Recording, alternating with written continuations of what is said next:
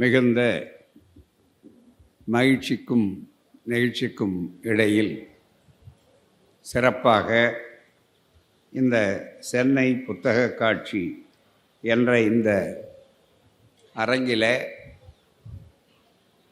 பெரியார் சுயமரியாதை பிரச்சார நிறுவனம் என்று அறிவு ஆசான் தந்தை பெரியார் அவர்களாலே உருவாக்கப்பெற்ற நிறுவனத்தின் சார்பாக வெளியிடப்பட்டுள்ள நூல்கள், அறிவியக்க நூல்கள், சிந்தனையை தூண்டக்கூடிய நூல்கள் 3. 1, ஒப்பாரும் மிக்காரும் இல்லாத அறிவு ஆசான் தலைவர் தந்தை பெரியார் அவர்களை பற்றிய உலகத் தலைவர் பெரியார் வாழ்க்கை வரலாற்று தொகுதி 8 என்ற நூலும், அதை வெளியிட நம்முடைய பெருமிதத்துக்கும் பாராட்டுதலுக்கும் உரிய நம்மில் ஒருவராகவே நாம் என்றைக்கும் கருதக்கூடிய கொள்கை குடும்பத்தவராக இருக்கக்கூடிய எழுச்சி தமிழர் சகோதரர் தொல் திருமாவளவன் அவர்கள் தவிர்க்க முடியாத காரணங்களாலே இங்கு இன்றைக்கு வராவிட்டாலும் அவர் சார்பிலே அவருடைய கொள்கை தோழர், நிழல் போல் இருக்கக்கூடிய அருமைத் தோழர் பாலசிங்கம் அவர்களே இந்த நிகழ்ச்சியிலே கலந்து கொண்டு பெரியாரும் அறிவியலும் என்ற தலை சிறந்த தமிழர்கள் பெருமைப்படக்கூடிய உலகளாவிய நிலையிலே மதிக்கப்படக்கூடிய விஞ்ஞானி மயில்சாமி அண்ணாதுரை அவர்கள் சிங்கப்பூர் பெரியார் சேவை மன்றத்தினுடைய ஆண்டு விழாவிலே ஒரு அற்புதமான உரை நிகழ்த்தினார். சிங்கப்பூரியர்கள் பலதரப்பட்டவர்கள் அந்த உரையை, அவர்கள் சொன்ன முறையை மிக வெகுவாக கடந்த செப்டம்பர் நவம்பர் அந்த மாதத்தை ஏற்று இந்த உரையை முடிந்தவுடனே ஸ்டாண்டிங் ஓவேஷன் என்று ஆங்கிலத்திலே சொல்வார்கள், எழுந்து நின்று கைதட்டி அதை வரவேற்றார்கள். அவ்வளவு பெரிய சிறப்பு மிகுந்த அந்த உரையை நாங்கள் எல்லாம் கேட்டோம்.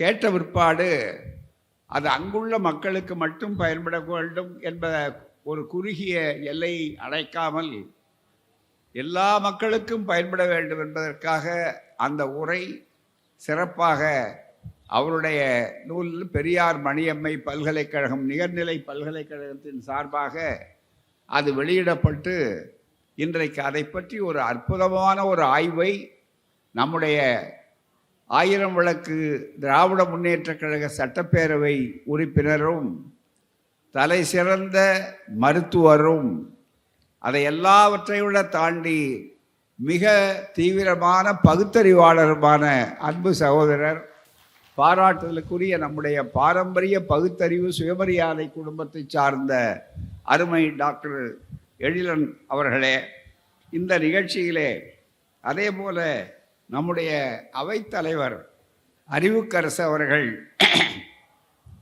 எழுதிய நீதி கட்சியும் சமூக நீதியும் என்ற தலைப்பிலே இருந்த நூலை அழகாக ஆய்வு செய்துள்ள திராவிடர் வரலாற்று ஆய்வு மையத்தினுடைய செயலாளர் பேராசிரியர் கருணானந்தம் அவர்களே இந்த நிகழ்ச்சியிலே வரவேற்புரையாற்றிய பெரியார் புத்தக நிலையத்தினுடைய மேலாளர் தாக்கா நடராசன் அவர்களே தலைமையேற்று மிக சிறப்பாக பல பணிகளை எங்களோடு இணைந்து நடத்தி கொண்டிருக்கக்கூடிய கழகத்தினுடைய பெருமைமிகு பொருளாளர் மானமிகு குமரேசன் அவர்களே, ஒருங்கிணைத்து கொண்டிருக்கக்கூடிய கழகத்தினுடைய துணை பொதுச் செயலாளர் பிரின்ஸ் NRS பெரியார் அவர்களே, இந்த நிகழ்ச்சியிலே முன்னிலை ஏற்றிருக்கக்கூடிய பொறியாளர் இன்பக்கனி அவர்களே, பேராசிரியர் ஜெகதீசன் அவர்களே, டாக்டர் சுவாமிநாதன் தேவதாஸ் அவர்களே, வழக்கறிஞர் வீரமர்த்தினி அவர்களே, வெங்கடேசன் அவர்களே, பாவலர் செல்வ மீனாட்சி சுந்தரம் அவர்களே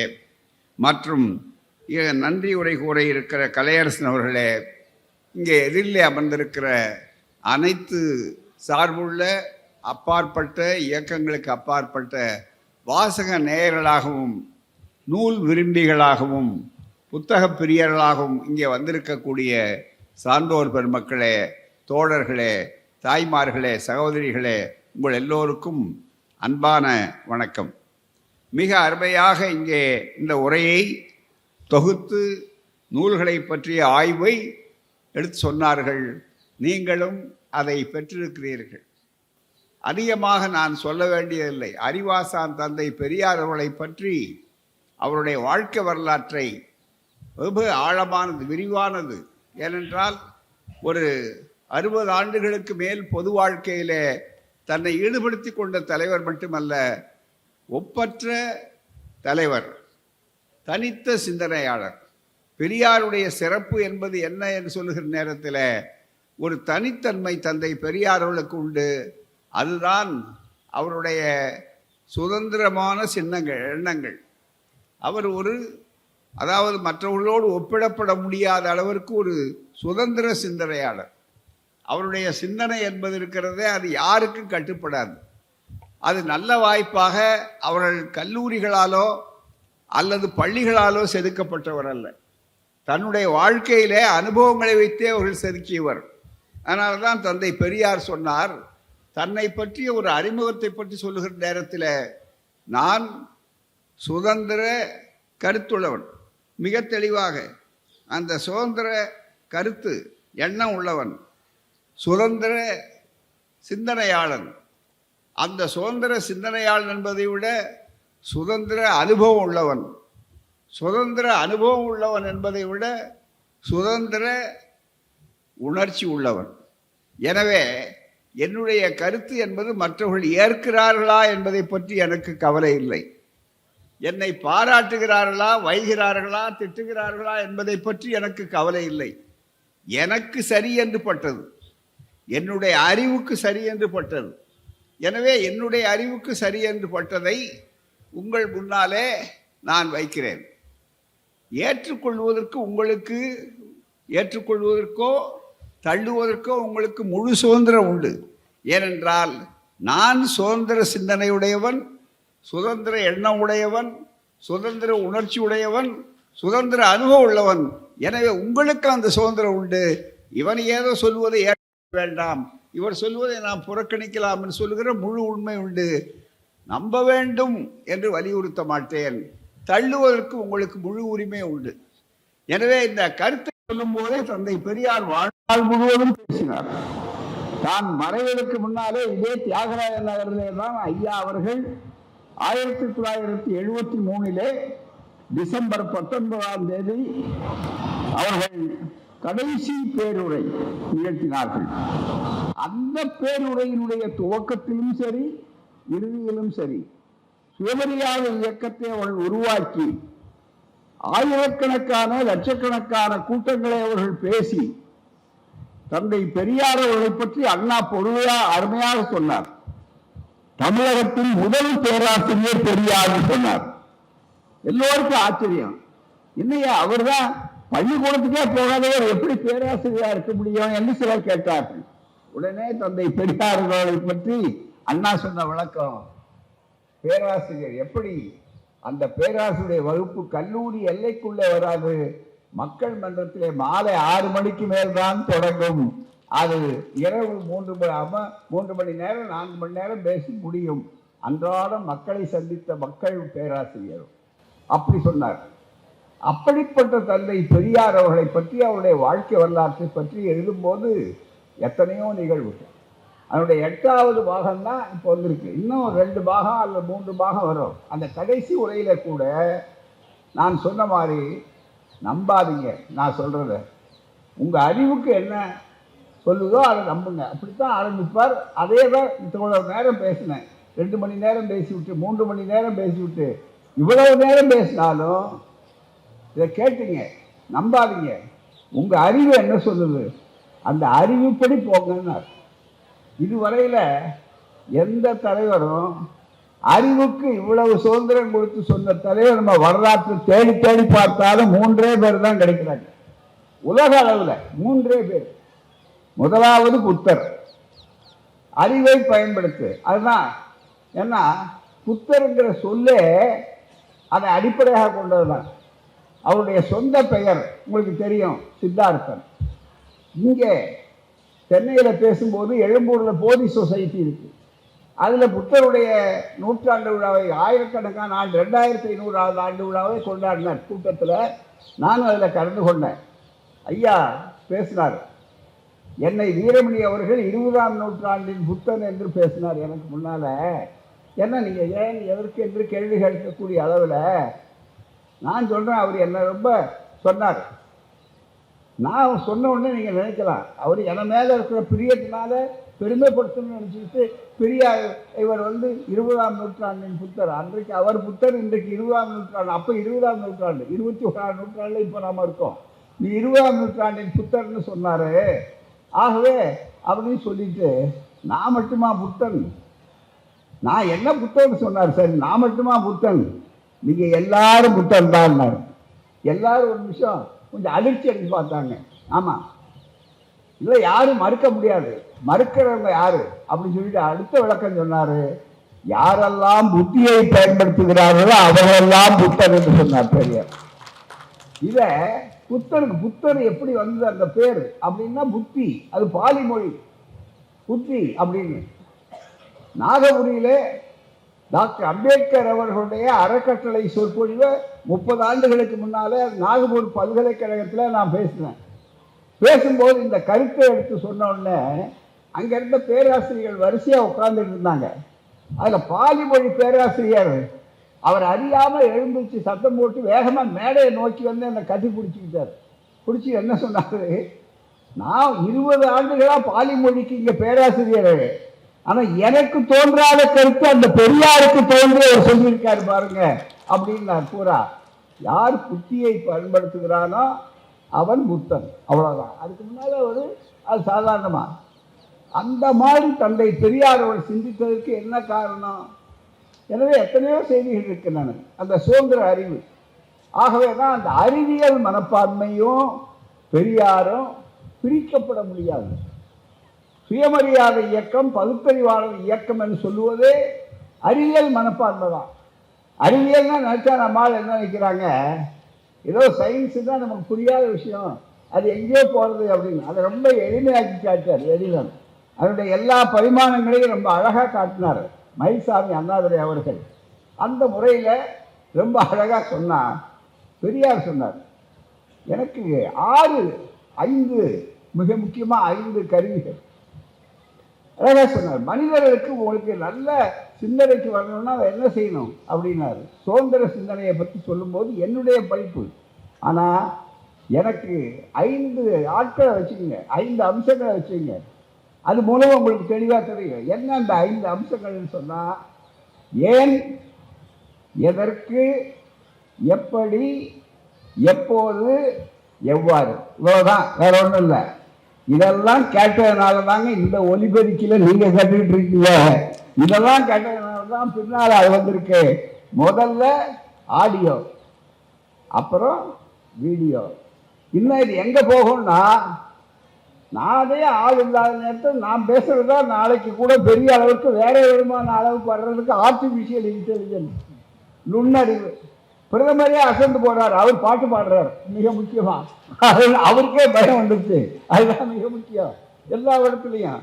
ஆக நுண்ணறிவு அப்படின்னு சொல்லக்கூடிய நுண்ணறிவு ஆய்வு இருக்கு பாருங்க, அந்த அளவுக்கு வந்தது. இதெல்லாம் கண்டுபிடிச்சவன் யாரு? நம்மளால கீழே விழுந்தா உடனே கன்னத்தில் போட்டுக்கிறான், மேலே விழுந்தா போறான். இன்னும் பார்த்தீங்கன்னா இதில் கூட்டங்கள் இப்போ சென்ற ஆண்டை விட இந்த ஆண்டு கொஞ்சம் குறைச்சது. ஏன்னா வெயில் அது அடிக்கடி இருக்கிறதுனால, மழை பெய்யறதுனால எல்லாத்தையும் இருக்கலாம். ஆனால் அதே நேரத்தில் ஐயப்பன் சாமி கோயிலுக்கு கூட்டம் நெரிசல் தாங்க முடியலங்கிறான். ஏன்னா எப்பவுமே வியாதி ரொம்ப வேகமாக பரவும். இது இருக்கு பாருங்க, சிகிச்சை ரொம்ப மெதுவாக தான் இருக்கும், டாக்டர்கள் எண்ணிக்கை குறைவாக தான் இருக்கும், நோயாளிகள் எண்ணிக்கை அதிகமாக தான் இருக்கும். அதனால அது ஒன்றும் பெரிய விஷயம் இல்லை. ஆகவே அப்படிப்பட்ட ஒரு சூழ்நிலையில் இந்த ஏன், எதற்கு, எப்படி என்று கேள்வி கேட்டதனுடைய அடிப்படையினால்தான் கேட்டு அவர் என்ன செஞ்சார். அதோட முடியல. அறிவு, தந்தை பெரியார் சொன்னார், அறிவு அறிவுக்காக அல்ல, தான் பெரிய அறிவாளின்னு காட்டுறதுக்காக அல்ல. வெளிநாட்டில் பல பகுத்தறிவு இயக்கம் பெரிய அளவுக்கு இந்த மாதிரி மக்கள் இயக்கமா இல்லை. பல நாடுகளில் உலக அளவில் ஒரு குறுகிய ஆய்வாளர்கள் மத்தியில் இருக்கக்கூடிய ஒரு இயக்கமாக தான் இருக்கு. ஆனால் இங்கே மக்கள் இயக்கமாக மாற்றி இருக்கிறார் தந்தை பெரியார் அவர்கள். அதுக்கு என்ன காரணம்? மக்களுக்கு பயன்படணும். எது மக்கள் பிரச்சனையோ அதை எடுத்தார். அப்போ சொன்னார் தந்தை பெரியார் அவர்கள். அதுதான் இந்த நூல்கள் நீங்கள் பார்த்தீங்க. மனிதர்களுக்கு பயன்படணும். மனித சமுதாயத்தில் மனிதர்கள், மனிதம், சமத்துவம், சுதந்திரம், சகோதரத்துவம் உள்ள மனிதத்தை தேடுகிறோம். அதுதான் மிக முக்கியம். மனிதனுக்கு என்ன சிறப்பு? பகுத்தறிவாளர். ரொம்ப அழகாக விளக்கம் சொன்னார் ஐயா அவர்கள். பகுத்தறிவினுடைய பயன் என்ன? வளர்ச்சி அடையும். மிக முக்கியம். 5 அறிவு அறிதல், அவ்வளோதான். 6வது அறிவு பகுத்தறிவு. அந்த 6வது அறிவு என்ன சொன்னார்? 2000 வருஷத்துக்கு முன்னால் இருந்த குருவி அதே மாதிரி தான் கூடு கட்டுது. அதுக்கு மட்டும்தான் கூடு கட்டுது. பெரியார் சொன்னது. ஆனால் இன்னைக்கு மனிதன் வீடு கட்டுறான். என்னென்ன மாதிரி வந்தாச்சு? முதல்லலாம் நமக்கு சட்டத்தில் என்ன சொன்னா, அசையா சொத்து, அசையும் சொத்து. அது கூட நம்ம தமிழ் இயக்கம் திராவிட இயக்கம் வந்தனால்தான் இந்த தமிழில் வருது. சம தாங்கிற, சம தாங்க தாங்கிற அப்படின்னு எழுதுவான். மிக முக்கியம்.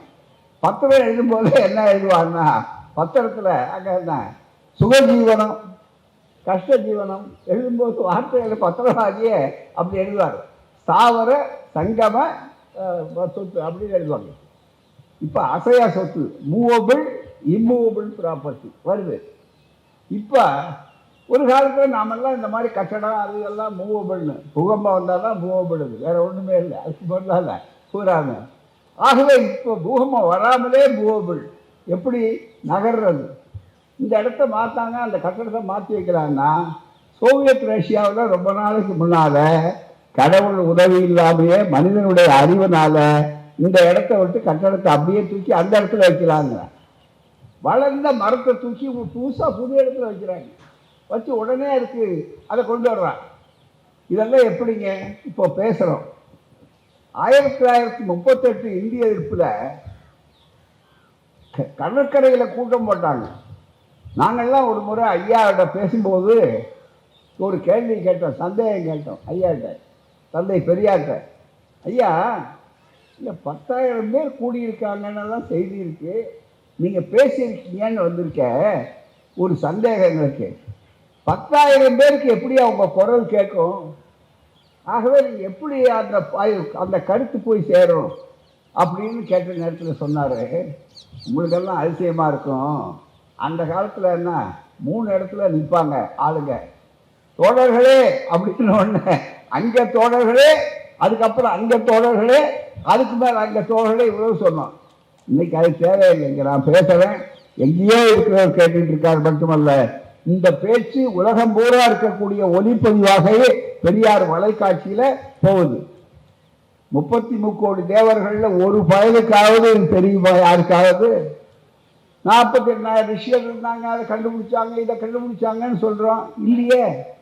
சொன்னார் அழகா, மயில்சாமி அண்ணாவுடைய புத்தகத்தை பார்த்து சொன்னார், நிலவில் தண்ணி இல்லை, அது இருக்குது அப்படின்னு சொன்னோடனே முடிஞ்சு போச்சு, அமெரிக்காக்காரனே சொல்லிட்டா அப்படின்னு முடிக்கல.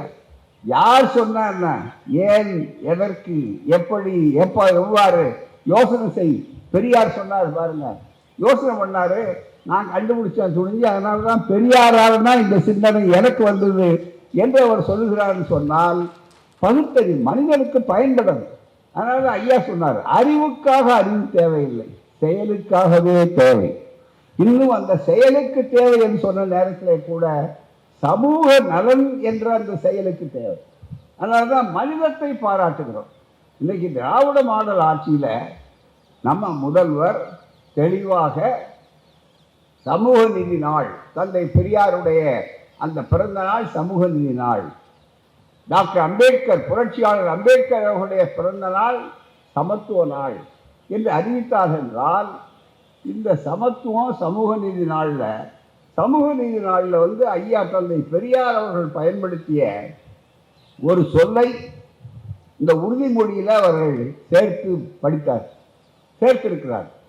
அது என்ன அந்த சொல் என்று சொன்னால், அனைவர் சமூக நீதினா என்ன? சமூக நீதி பெரியார் சொன்னார். இன்னைக்கு இந்தியா பூராமே சமூக நீதி தான். ரெண்டே கட்சி தான் இருக்கு. இப்போ சமூக நீதியை ஒழிக்கணுங்கிற ஒரு அமைப்பு அணி, சமூக நீதியை காக்கணும், பரப்பணுங்கிற, பாதுகாக்கணுங்கிறது இன்னொரு அணி. இதுதாங்க இந்த மரல அரசியல் வேஷங்கள். அதுன்னா இந்தியாவே அப்படி ரெண்டு இந்தியாவா இருக்கு. சமூக நீதியை அழிக்கிற இந்தியா ஒன்று, சமூக நீதியை பாதுகாக்கிற பரப்புற இந்தியா ஒன்று. அதுதான். அப்படிப்பட்ட சூழ்நிலை இந்த சமூக நீதினா என்ன என்று சொன்னா, எளிமையா அதுக்கு தந்தை பெரியார் சொன்ன விளக்கம் அனைவருக்கும் அனைத்தும், அவ்வளவுதான். வேற ஒண்ணுமே இல்லை. எல்லாருக்கும் இங்க இருக்கிறோம், எல்லாருக்கும் நாற்காலி இருக்குன்னா நமக்குள்ள ஏன் சண்டை? எல்லாருக்கும் சமமா உணவுன்னா ஏன் அதை பற்றி கவலை? ஆகவேதான் முழுக்க எல்லாருக்கும் எல்லாமும், அனைவருக்கும் அனைத்தும். இந்த தத்துவத்தை நண்பர்களே நீண்ட காலத்துக்கு முன்னாலே நாம உருவாக்கி காட்டியிருக்கோம். அதுதான் திராவிடத்தின் பெருமை, அதுதான் அறிவின் சிறப்பு. என்ன அறிவின் பகுத்துண்டு பல்லுயிர் ஓம்புதல், நூலோர் தொகுத்தவற்றுள் எல்லாம் தலை. எப்பொருள் யார் யார் வாய் கேட்பினும் அப்பொருள் மெய்ப்பொருள் காண்பது அறிவு.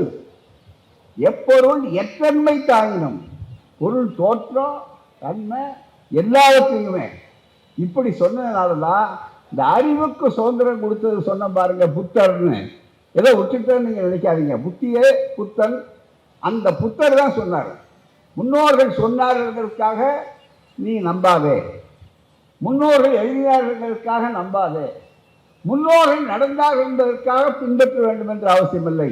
உன்னுடைய அறிவு என்ன சொல்லுகிறது அதை பார். இந்த அறிவுக்கு முதல் சுதந்திரம் கொடுத்தவர் புத்தர். இரண்டாவது நமக்கு தெரிய வள்ளுவர், எப்பொருள் யார் யார் வாய் கேட்பினும் சொன்னார். அதே மாதிரி தந்தை பெரியார், அவர் எதிர்நீச்சல் எடுத்துக்கொண்டு போனார். ஒரு கல்லூரியில பேசுறார், குடியாத்தத்தில்.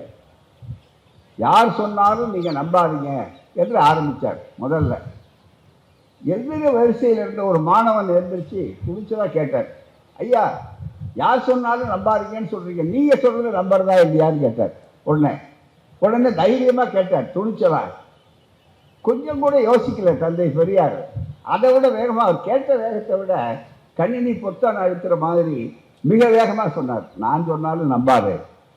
சொல்லிட்டு அடுத்த வாரம் சொன்னார், ஓ அறிவு என்ன சொல்லுவோ அந்த அறிவுப்படி நீ ஏற்றுக்கொள்ள நம்பாத நம்பு என்று சொன்னார். எனவே இந்த துணிச்சல், இந்த வெளிப்படையான தன்மை இருக்கு பாருங்க. இதை சொல்லிட்டு சமூகத்துக்கு அது பயன்படணும்.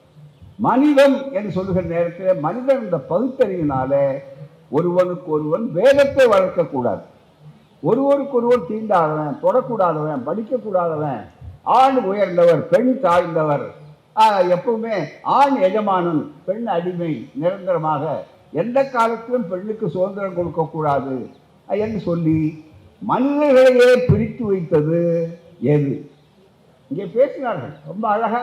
நம்முடைய பேராசிரியர் கருணானந்தம் அவர்கள் சொன்னார்கள், அதே மாதிரி டாக்டர் எழிலன் அவர்கள் சொன்னார்கள், மற்ற தோழர்கள் சொன்னார்கள்.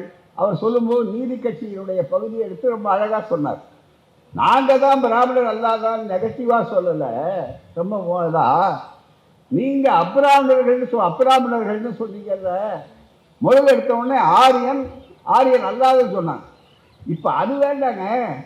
இப்போ கூட நம்ம திருவிழான்னு கொண்டாட வச்சிருக்கான் பாருங்க. நமக்கே போதை மருந்து போட்டு எல்லா திருவிழாவை தேடினங்க. பொங்கல் விழாவை தவிர மீதி எல்லா திருவிழாக்களையும் பார்த்தா அந்த அசுரனை கொண்டான், இந்த அசுரன் மேல போனான், அந்த ஊர்ல இருக்கிற கடவுளுக்கு என்ன பெருமை, அசுரனை கொண்டான், இந்த அசுரனை அழிச்சான், தீபாவளிக்கு என்ன பெருமை, அசுரனை அழிச்சான், இந்த அசுரன் வந்தான் அப்படின்னா.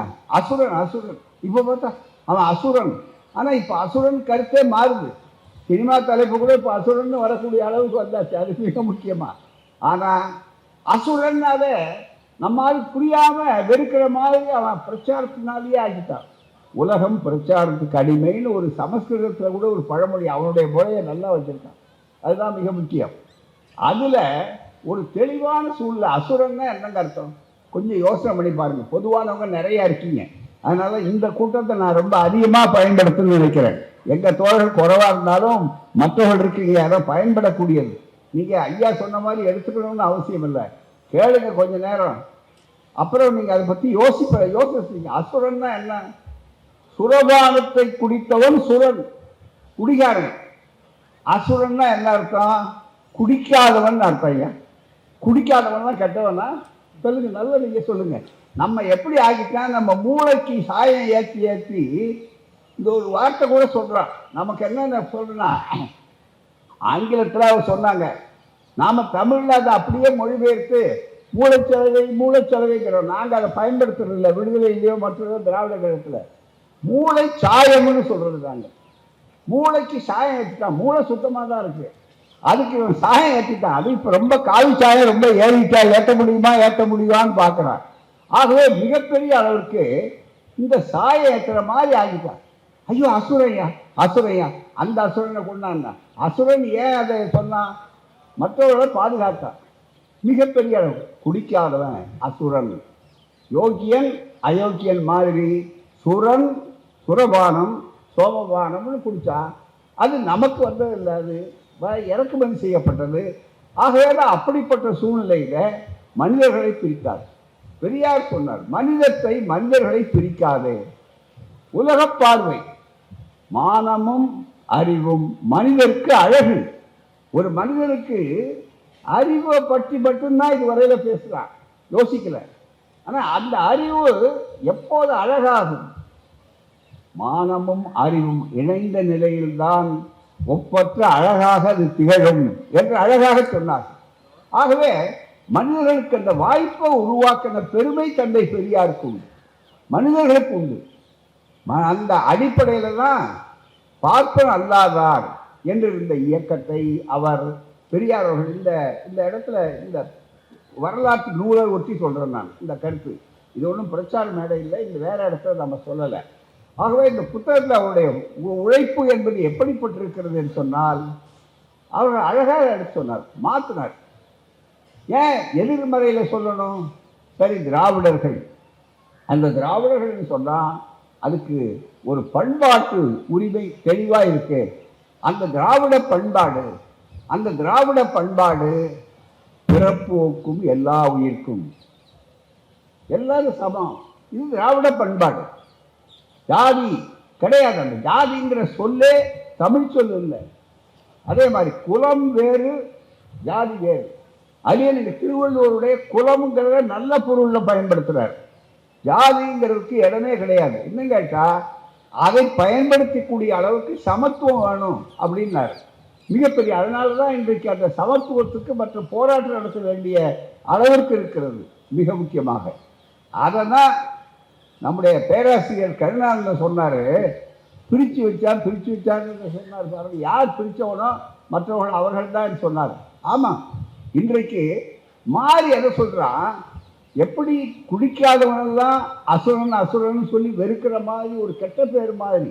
இப்போ அதுக்கு இன்னொரு உதாரணம் தமிழ் சொல்லலாம். உங்களுக்கு என்னன்னா, ஒரே நாட்டமா இருக்குங்கிறான். நம்ம மூக்க பிடிச்சிக்கிட்டு நாட்டம், ஒரே நாட்டமா இருக்குன்னா அகராதி எடுத்து பாருங்க.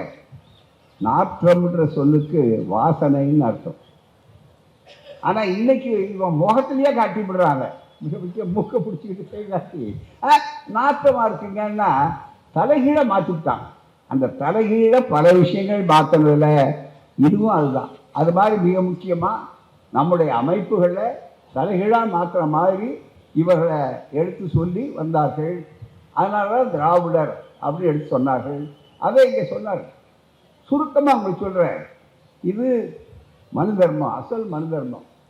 இந்த அசல் மனு தர்மத்திலேயே நிலத்தை எப்படி பிரித்தாங்க அப்படின்னா, மண்ணை அவர் சொன்னார் பாருங்க, வெள்ளைக்காரன் வந்தால் வேற ஒரு நாட்டுக்காரன் பேரை பாருங்க. இந்த மனு தர்மத்திலேயே ரொம்ப பேர் இப்போ கூட கேட்குறான், ஏன்னா ரொம்ப பெருசா இப்போ எல்லாத்தையும் மாறி பேசுவாங்க. இப்போ ஒரு பெரிய நிலையில் இருக்கிறவர் கூட நேற்று இன்றைக்கு பேசி அது ஒரு பெரிய பிரச்சனை ஓடிக்கிட்டு இருக்கு. என்னன்னா, திருவள்ளுவரையே ஒரு காவி சட்டம் போட்டு அந்த காவி போட்டு சனாதனத்தினுடைய பாரம்பரியத்திலிருந்து வந்தவர்னார் கூறாம. திருவள்ளுவருடைய கருத்து என்னங்கிறதுக்கு சோமசுந்தர பாரதியார் மாதிரி இருக்கக்கூடியவர் சொல்வார். பல கருத்துக்கள் வருணாசிரம தர்மத்தை எதிர்த்ததுதான் திருக்குறள். அது மிகப்பெரிய அளவிற்கு எல்லோருக்கும் அதை எல்லாம் சமவாய்ப்புன்னு சொல்வதுதான் அந்த திருக்குறள். அந்த திருக்குறள் எந்த மதத்தையும் சார்ந்ததில்லை. இது அத்தனையும் தந்தை பெரியார் அவருடைய புத்தகங்கள் இங்கே இருக்கும். நீங்க இந்த புத்தக கடை இருக்கிற இடத்துல போய் பார்த்தீங்கன்னா பெரியார் களஞ்சியம்னு இருக்கு. திருவள்ளுவர் திருக்குறள் பற்றி தந்தை பெரியாருடைய ஆய்வுகள் அத்தனையும் தொகுத்து இந்த களஞ்சியத்தில் இருக்கு. அதில் அவர்கள் ரொம்ப தெளிவாக சொல்கிற நேரத்தில் சோமசுந்தர பாரதியார் போன்றவர்கள், தேப்போமி போன்றவர்கள், திருவிக்கா போன்றவர்கள் எல்லாம் அழைத்து 78 ஆண்டுகளுக்கு முன்னாலே திருக்குறளுக்காக சென்னையிலே மாநாடு நடத்தி மக்கள் மத்தியிலே அதை பிரச்சாரம் செய்து வீட்டுக்கு வீடு திருக்குறள் இருக்கணும் அப்படின்னு எடுத்து சொன்ன பெருமை, வள்ளுவர் வகுத்த வாழ்வு நெறின்னு சொல்லக்கூடிய பெருமை தந்தை பெரியார் அவர்களுடைய முயற்சியிலே உண்டு. அப்படிப்பட்ட அந்த பெரிய அரிய முயற்சிகளை அவர்கள் செய்த நேரத்தில் அவர்கள் பேசிய கருத்துக்கள் இது அத்தனையும் தொகுத்து இதிலே கொடுக்கப்பட்டிருக்கிறது. அந்த கருத்தில் மிக தெளிவான ஒரு கருத்தை சொல்கிறார், மனிதர்கள் ஒன்றுபடணும். நம்முடைய தத்துவம் என்ன பெரிய பெருமை? உலக பார்வை. இன்னும் கேட்டா உலக பொதுமொழின்னு சொல்கிற மாதிரி உலகத்துக்கே திருக்குறள் வழிகாட்டின்னு சொல்லக்கூடிய அளவுக்கு உலக பார்வை, உலக பொதுமுறைன்னு சொல்லக்கூடிய அளவிற்கு இன்றைக்கு பயன்படுத்துகிறார்கள். அப்படிப்பட்டதை கொண்டு வந்து அதுக்கு ஒரு வர்ணம் தீட்டி அதை ஒரு குமிழுக்குள்ளே அடைச்சி இது அத்தனையும் செய்கிற நேரத்தில் உன்னுடைய அறிவு என்ன செய்ய வேண்டும் என்று நினைக்கிறோம். மனிதர்களுக்குள்ளே பேதம் இருக்கக்கூடாது. முதல்ல பிரிவினை. பார்க்கும்போது பெரியாரை இன்றைக்கு மேலே இருந்த வாரியாக என்ன குற்றம் சொல்கிறாங்க? திராவிட இயக்கத்திற்காக என்ன சொல்கிறாங்க? எதுவுமே உள்ளப்பாகாம இவன்லாம் பிரிக்கிறவங்கயா, இவன்லாம் பார்க்கணும் துவேஷியா, அது இதுன்னு சொல்கிறார். பெரியார் அந்த காலத்திலே கேட்டார், ஏப்பா கொசு கடிக்குதுங்கிறதுனால கொசுவலை தான் கட்டுறேன், நான் கொசு துவேஷி ஆகிடுவேனான்னு கேட்டார். ரொம்ப எளிமையாக மக்களுக்கு புரியும்படியா. அப்படிப்பட்டதில் முதல்ல மக்களை பிரித்தது யார்? இன்றைக்கு அன்றையில தொடங்கி இன்றைய வரையில் மக்கள் ஒன்று, மக்கள் சமூகம் ஒன்று என்று சொல்லி மனிதர்களுக்குள்ளே உலக பார்வை. இந்த நாட்டுக்காரனுக்கு மட்டுமல்ல, உலகத்தில் எந்த நாட்டுக்காரனாக இருந்தாலும் அவன் நம்முடைய உறவினர்னு சொன்ன தத்துவம் திராவிட தத்துவம். யாதும் ஊரே யாவரும் கேள்வி. அதே நேரத்தில் அதுக்கு நேர் விரோதமான தத்துவம் எது? மனிதர்ம தத்துவம். அதில் பிரித்தத வேடிக்கை என்னன்னா, முதல்ல மனிதர்களை மேல் கீழ் என்று பிரித்ததே இவர்கள். ஒன்றாக இருந்தவர்களை பிரித்தவர்கள் அவர்கள். பிரித்தவர்களை ஒன்று சேர்க்க வேண்டியவரை பார்த்து எப்படி அசுரன்னா ரொம்ப வெறுக்க தகுந்தவன் ஆக்கினார்களோ, அதே மாதிரி ஒன்று சேர்க்கக்கூடிய முயற்சிகளை எடுத்துக்கொண்டிருக்கிறவர்களை எல்லாம் பிரிவினைவாதிகள் சொல்றார். பிரிவினைவாதிகள் அல்ல, நாம தான் ஒன்று சேர்க்கிறவங்க. சாதாரணமாக ஒன்று சேர்க்கல, இந்தியாவே ஒன்று சேர்க்கக்கூடிய அளவில் இன்றைக்கு வழிகாட்டக்கூடிய பிரிவினைவாதி ஆளுகளாக நம்முடைய தத்துவங்கள் இருக்கின்றன. ஏனென்றால் இது மனிதத்தை அடிப்படையாக கொண்டது, இது வெறுப்பை அடிப்படையாக கொண்டதல்ல, மனித நேயத்தை கொண்டது. அதனால்தான் பெரியார் சொன்னார், எனக்கு எந்த பற்றும் இல்லை, வேற எந்த பற்று? மானிட பற்று, மனித பற்று. மனிதர்கள் எல்லாம் ஒன்று சேர வேண்டும், உலகம் ஓர் குலமாக இருக்க வேண்டும் என்று சொல்லக்கூடிய அளவுக்கு உலக பார்வை கொண்ட ஒரு தத்துவம். அந்த தத்துவ அடிப்படையில் தான் இன்றைக்கு அறிவியல் அதை உண்டாக்குது. பாருங்களேன், நம்ம மொழி பிரச்சனைகள், உரிமைகள் இதெல்லாம் பேசுகிறோம். ஆனால் அதுக்கு முன்னால் நீங்கள் எல்லையெல்லாம் போட்டுட்டு இருக்கோம். இப்போ இந்த எல்லையை அவர் தாண்டினார், அந்த எல்லை தாண்டினார், ஏன் எல்லை உலக சண்டையெல்லாம் நடக்குது. ஆனால் இந்த மின்னஞ்சல்னு ஒன்று வந்தது பாருங்க, இந்த வாட்ஸ்அப்னு ஒன்று வந்தது பாருங்க, இன்னும் அதை இந்த வகைராக்கள் இருக்குல்ல, இது பூரா எங்கேயோ இருக்கிறாரு, அவர் டக்குன்னு நீங்கள் ஒரு தட்டுறாரு, உடனே அலோன்றாரு பூராது. இது மற்றது செய்யாது உலகத்தை இடைச்சிட்டார். அதுதான் மிக முக்கியம். அது அறிவு, அறிவியல், அதுதான் மிக முக்கியம். ரொம்ப அதிகமாக நாங்கள் கூட சொல்லுவோம் கூட்டங்களில், இந்த பெண்கள் அதுக்கு முன்னால் பார்த்தீங்கன்னா திருமணங்கள்லாம் இல்லை, இப்போ நல்லா பழகிறாங்க. இந்த இயக்கம்லாம் வந்ததுனால திருமணங்களில் பார்த்தீங்கன்னா அதுக்கு முன்னால் பழைய காலத்தில் நாட்டுக்கிட்டே தான் இருப்பாங்க பெண்கள். பெண்ணுக்கு சொல்லி கொடுத்துருப்பான், ஒரு வாரம் ட்ரைனிங் கொடுப்பான். சாதாரணம் இல்லை, நீ பாரு அங்கே போய் நிமிர்ந்துட்டு உட்காரக்கூடாது, அதை திமிர் பிடிச்ச பொண்ணுன்னு நினச்சிப்பாங்க உடனே. அதனால் நீ தாலி கட்டுறதுக்கு முன்னாலும் நட்டுக்கிட்டே இருக்கணும், தலையை நட்டுக்கிட்டு இருக்கணும்னு. அந்த நட்டுக்கிட்டு இருந்த தலை, குனிஞ்ச தலை இருக்கு பாருங்க, அதை நிமிர்த்தினது 2 பேர் தான். ஒருத்தர் தந்தை பெரியார், இன்னொருத்தர் போட்டோகிராஃபர். அவ்வளோதான், புகைப்படம் இருக்கு. அவர் எப்பவும் பார்த்து கொஞ்சம் நின்றுங்க, இல்லை நிமிருங்க, கொஞ்சம் நிமிருங்க, பக்கத்துல இருக்கிற அம்மா போட்டோ எடுக்கிறாங்க, என்ன கொஞ்சம் நிமிருங்க, தாளாகட்டையை பிடிச்சி கொஞ்சம் மேலே தூக்குவாங்க. ஆகவே அப்படிப்பட்ட ஒரு சூழ்நிலையில இன்றைக்கு மனித சமுதாயத்தை நிமிர செய்திருக்கிறோம். சமத்துவத்தை உண்டாக்குறது மட்டுமல்ல, தலை குனியாதே, காலில் விழாதே, அது உன்னுடைய சுயமரியாதை பாவம் என்று சொல்லக்கூடிய அளவிற்கு ஒரு மிகப்பெரிய அளவிற்கு வாய்ப்பு இருந்த போது தந்தை பெரியார் நடைமுறைப்படுத்தியவர். அந்த காலத்திலே பிரபலமான நாதஸ்வர வித்வான் சிவக்கொழுந்து, மதுரை சிவக்கொழுந்து, செட்டிநாட்டில் ஊர்வலம் நடத்தினா அதுக்கு முன்னால் பிரபல நாதஸ்வரக்காரரை அழைச்சிட்டு வந்து அவரை முன்னால் மணமக்கள் உட்கார்ந்துட்டு வரும்போது வருவாங்க. வந்துட்டு இருக்கிறப்ப மிக முக்கியமாக அவர் நாதஸ்வரம் வாசிட்டு வருவார். நிறைய பணக்காரர்களானதுனால அவங்க நிறைய பணம் கொடுத்து அதுக்கு தகுந்த மாதிரி வச்சா அது கௌரவம், அதுதான் மிக முக்கியம். அப்படி செட்டிநாட்டு பகுதியில் ஒரு திருமணம், பிரபலமானவருடைய பணக்காரருடைய வீட்டு திருமணம். அங்கே அவர் போகும்போது அந்த மதுரை சிவக்கொழுந்து இருக்கிறார பிரபலமான நாதஸ்வரம் தான், அவர் தான் நம்பர் 1 அந்த காலத்தில். பெரியார் அவர்கள் இதை சொல்லி இது பதிவாயிருக்கு. மிக முக்கியமாக சுயமரியாதை இயக்கம் தொடங்கிய காலம் 1927, 28, 30 அந்த காலகட்டம். அங்கே அழகிரியும் தந்தை பெரியாரும் போகிறார்கள். அங்கே இருக்கக்கூடிய ஒரு மிக முக்கியமான பிரமுகர்கள் வீட்டிலே தங்குவதற்காக. வழியிலே இந்த நாதஸ்வர நிகழ்ச்சி எப்போதுமே பட்டுக்கோட்டை அஞ்சானஞ்சன் அழகிரிக்கு நாதஸ்வரம்னா ஒரு ஆசை அந்த நாதஸ்வரத்தில். ஆனால் நாயன கட்சி உடனே நடக்குதுன்னு உடனே அது இறங்கி, ஐயா நீங்கள் உள்ளே போங்க நான் பார்த்துட்டு வரேன்னு என்று இறங்கிட்டார். இறங்கி அங்கே போன உடனே என்ன நடந்ததுன்னா, சட்டை இல்லாமல் தான் வாசிக்கணும், அவருக்கு வேர்த்து கொண்டது. அதுக்காக பிரபல நான் என்ன பண்ணார், அந்த வித்வான் ஒரு சின்ன வட்டு துண்டு மாதிரி மேலே போட்டு இப்படி துண்டை போட்டு தொடச்சிக்கிட்டு வர்றாரு வேர்க்க. உடனே அங்கே இருக்கிற பிரபலமான பெரிய மனிதர்கள், வசதியாளர்கள், அந்த ஜாதிக்காரர்களாக சேர்ந்து என்ன பண்ணாங்க, இங்கே எங்கள் முன்னால் துண்டு போடக்கூடாது, நீங்கள் அந்த துண்டை எடுக்கணும், எடுத்தால் தான் வாசிக்க முடியுது, அரபுக்கு மாட்டோம் என்று சொன்ன உடனே அவருக்கு ஒன்றும் புரியல. ஐயா நான் துண்டு போடுறதையா, எனக்கு வேர்த்து கொட்டுது, ஆகவே தான் அதை குடையற்காக சின்ன வண்டு கைகுட்ட மாதிரி பெருசாக வச்சுருக்கேன், அவ்வளோதான் சொன்னார். இல்லை இல்லை அது எதுவாக இருந்தாலும் நீங்கள் தோளில் போட்டு வரக்கூடாது என்று வாசித்து நடந்து வரணும்னு சொன்னார். அப்போ வேடிக்கை பார்த்து கொண்டிருந்த ஒருவர் அதிலிருந்து ஒரு குரல், சிவக்கொழுந்து துண்டை எடுக்காதே, மேலே போட்டிருப்பது எடுக்காதே, தொடர்ந்து வாசி என்றார்.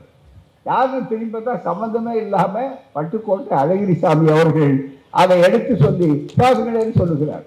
உடனே அவர்கள் யோசிக்கிறார். உடனே அவங்க தர்மசாலை எல்லாரும் உட்காருங்க, அந்த பெரியார் வரையில் பஞ்சாயத்து போகுது அந்த வீட்டில். உடனே வர்றாங்க, என்னென்ன ஐயா நான் துண்டு போடலையா எல்லாரும் அப்படின்னா, அவர் போட்டு தான் வாசிப்பார். அதுக்கு மேலே நீ வா, துண்டை எடுக்காதே, துண்டை எடுக்காதுங்கிறதுக்கு ஒரு கட்சி அங்கே சேர்ந்துருச்சு, துண்டை எடுங்கிறதுக்கு இன்னொரு கட்சி. ஆனால் இன்னைக்கு அதை தூக்கி எறிஞ்சிட்டாங்க. இன்னைக்கு நாதஸ்வர வித்வான்கள்லாம் எங்கே உட்கார்ந்துட்டு இருக்காங்க, சட்டையும் போட்டு வாசிக்கிறார்கள், அவர்கள் சமமாக உட்கார்ந்துருக்கிறார்கள். இன்னும் கேட்டால் அதே சமூகத்தை சார்ந்த பிரபல ராஜாசர் அவர்கள் கடைசி தந்தை பெரியார்களுடைய விழாவை பெரியார் விழா திறனில் நாங்கள் நடத்தினோம். நாமகிரிப்பேட்டை கிருஷ்ணன் அவர் தான் அன்னைக்கு இருந்ததில் ரொம்ப பிரபலமானவர். அவர் வாசித்தார் நாதஸ்வரத்தை, பெரியார் ரசித்தார். அதை முடிஞ்ச உடனே உட்கார்ந்த உடனே எதிர்பாராமல் ராஜாசன் முத்திய செட்டியார் அவர்கள் வந்தார். கடலில் வந்த உடனே ஐயா அழைச்சார். கட்டில் உட்கார்ந்துருப்பார் ஐயா. கடைசி நேரத்தில் தந்தை பெரியார் ஒரு பக்கத்தில் அவரை உட்கார வச்சார், இன்னொரு பக்கத்தில் இவரை உட்கார. அவர் நெடுகிறார் பழைய ஞாபகத்தில், ஐயா ஒரு பக்கத்தில் என்ன. ஆனால் ரெண்டையும் வைத்து படம் எடுத்து போட்டோம். பெரியார் மறையும் போது சுயமரியாதை இயக்கத்தினுடைய அந்த வெற்றி என்பது வெறும் பேச்சல் நண்பர்களே. ஒரு மனிதர் சமத்துவத்துக்காக, சுதந்திரத்துக்காக, சகோதரத்துவத்துக்காக ஒரு இயக்கத்தை தொடங்கி மற்றவர்களெல்லாம் பேசினார்கள், சிலர் பாடினார்கள், சிலர் கவிதை எழுதினார்கள், சிலர் அதோடு முடித்து கொண்டார்கள். ஆனால் தந்தை பெரியார் இந்த கொள்கையை உருவாக்கி அதை மக்களிடத்திலே பிரச்சாரம் செய்து அதை தாண்டி மிக தெளிவான அளவிற்கு போராட்ட களத்தில் நின்றார். எதுவரையில் 94 வயது இறுதி மூச்சு அடங்குகிற வரையில் அனைத்து சாதியினரும் அர்ச்சகராக வேண்டும் என்று போராட்ட களத்தில் நின்றார். அது அர்ச்சகர் சீட்டு கிடைச்சா புண்ணியம், மோட்சத்தில் முன் சீட்டு கிடைக்குவதற்காக அல்ல, ஜாதி தீண்டாமை ஒழிய வேண்டும், சமத்துவம் வளர வேண்டும் என்பதற்காக.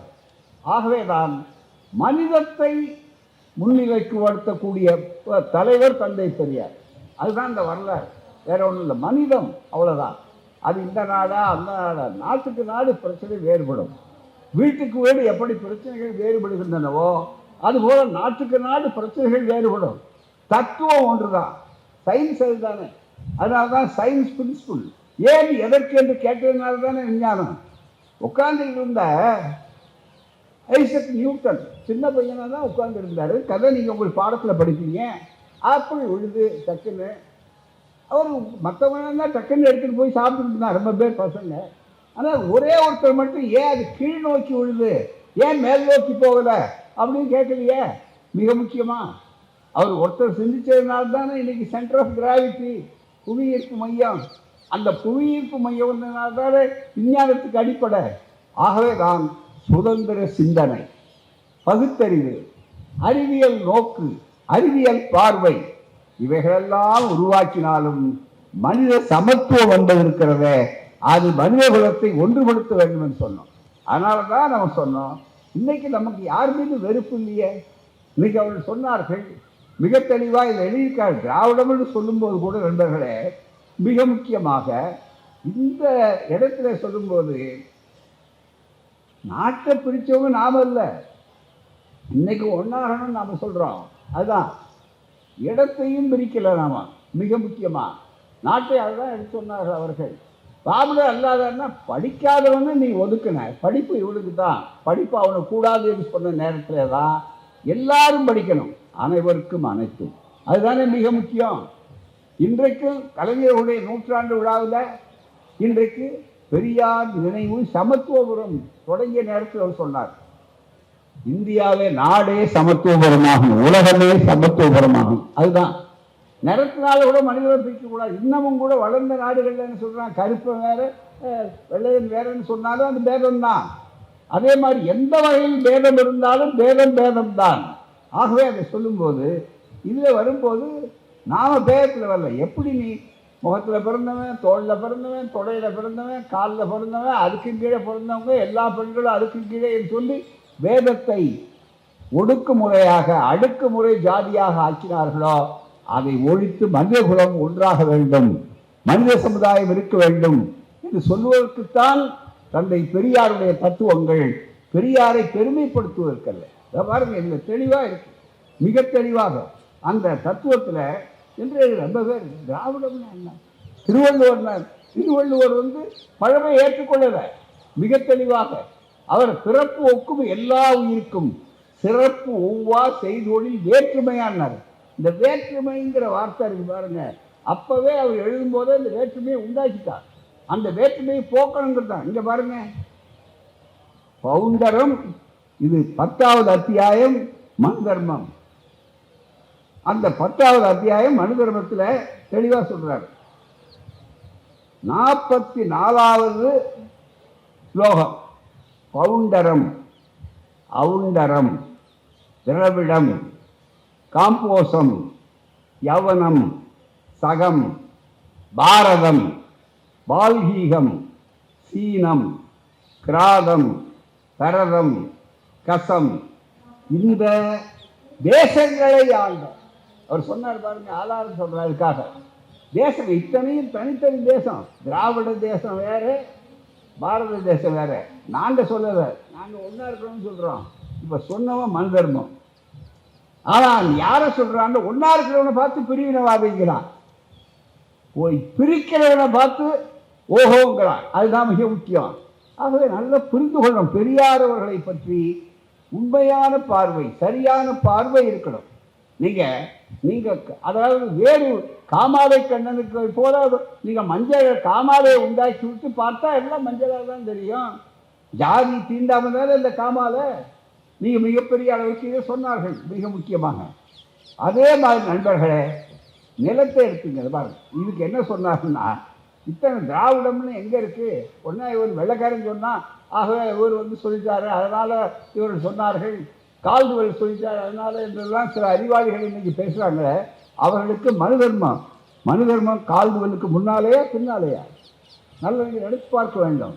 இப்படி எழுதினார்கள். அது மட்டுமே இல்லை, மனிதர்களை பிரித்தீர்கள், முகத்தில், தோளில், தொடையிலன்னு நாட்டையும் பிரிச்சிங்க நீங்க. இந்த எத்தனை நாடுகள் வந்துருக்கு பாருங்க, இத்தனை தேசங்கள் அப்படின்னு சொல்றதுக்கு என்ன சொல்றா? அதுக்கு மேல 43வது ஸ்லோகம். நான் யாரையும் தனிப்பட்ட முறையில் இல்லை, இருக்கிறத படிக்கிறேன், அவ்வளவுதான், தவிர விளக்கம் சொல்லலை.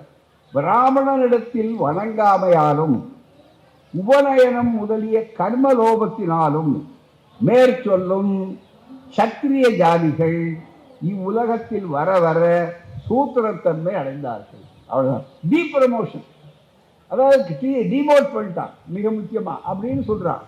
இது இத்தனையும் மனிதர்கள் ஏன் பிரிக்கணும்? யாரா இருந்தாலும் அனைவருக்கும் அனைத்துங்கிற தத்துவத்தில் பார்த்தீங்கன்னா உயர்ந்த ஜாதிக்காரனுக்கு இடம் உண்டு, அவனை தூக்கி கடல்ல போடுன்னு நாங்கள் சொல்லலை, இந்த தத்துவம் சொல்லலை. அவருக்கு கொடுக்க வேண்டிய பங்கு அவருக்கு இருக்கணும். மற்றவர்களுக்கு பெரும்பான்மையோருடைய பங்கு பெரும்பான்மைக்கு, சிறுபான்மையோருடைய பங்கு சிறுபான்மைக்கு, எல்லாருக்கும் எல்லாமும், அனைவருக்கும் அனைத்தும். இதுதான் மனித குலம் உய்வதற்கு, மனித குலத்தினுடைய வாய்ப்புகள் பெருகுவதற்கு வாய்ப்பு என்பதுதான் தந்தை பெரியாருடைய தத்துவம். இயற்கையாகவே பார்த்தீங்கன்னா நாம இவர்கள் அப்படி தேசத்தை பிரிச்சாங்க. ஆனால் நம்முடைய தமிழ் பண்பாடு பொங்கல் தான் கொண்டாடுறோமே. இதில் இந்த தமிழ் பண்பாடு இருக்க உழவர்கள் நாள் இன்னைக்கு பொங்கல் கொண்டாடி கொண்டிருக்கிற இந்த தமிழ் பண்பாட்டை பொறுத்தவரையில் என்னன்னா, உங்களுக்கு எப்படி நிலத்தை பிரித்தாங்க? மருதம், குறிஞ்சி, முல்லை, அதே மாதிரி மற்ற நெய்தல், அப்புறம் கடைசியாக போனால் பாலை. இந்த அஞ்சும் பார்த்தீங்கன்னா இயற்கையை ஒட்டியது, இயற்கையை ஒட்டியது. இந்த மாதிரி செயற்கை ஜாதி கிடையாது. ஆகவே மண்ணை பகுத்தாலும் மக்களை தனிப்படுத்தினாலும் அறிவியல் பூர்வமாக நடந்து கொண்ட இனம்தான் திராவிட இனம்.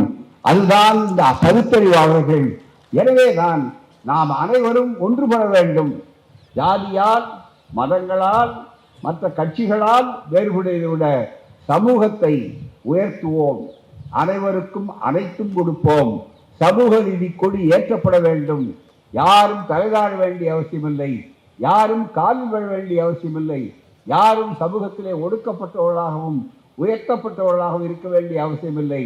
எல்லோரும் ஓர் குலம், எல்லோரும் மனிதர்கள், மனிதர்கள் மனிதத்தன்மை உள்ளதாக வேண்டும் என்ற பெரியார் உலகமயமாக வேண்டும், உலகம் பெரியார் மயமாக வேண்டும். அதற்கு ஒத்துழைப்பதுதான் சரியான முறை. மருந்து சாப்பிடுகிறீர்கள், யாருக்காக? மருந்து கண்டுபிடித்தவருக்காக அல்ல, அல்லது மருந்து வியாபாரம் நடக்க வேண்டுமே என்பதற்காக அல்ல, அல்லது மருந்து வியாபாரிகள் வருத்தப்படுவார்களே என்பதற்காக அல்ல, அல்லது டாக்டர் எழுதி கொடுத்து விட்டாரே வேற வழி இல்லையே என்பதற்காக அல்ல, உங்கள் நோய்க்காக. அதுபோல் பெரியார் தேவைப்படுகிறார். பெரியார் ஒரு மருந்து, அதுதான் மிகப்பெரிய வாய்ப்பு என்று கூறி வாய்ப்படுத்த உங்களுக்கு நன்றி கூறி, பேசிய தோழருக்கு நன்றி கூறி முடிக்கிறேன். வணக்கம், நன்றி. வாழ்க பெரியார், வளர்க்க தவிர்க்க.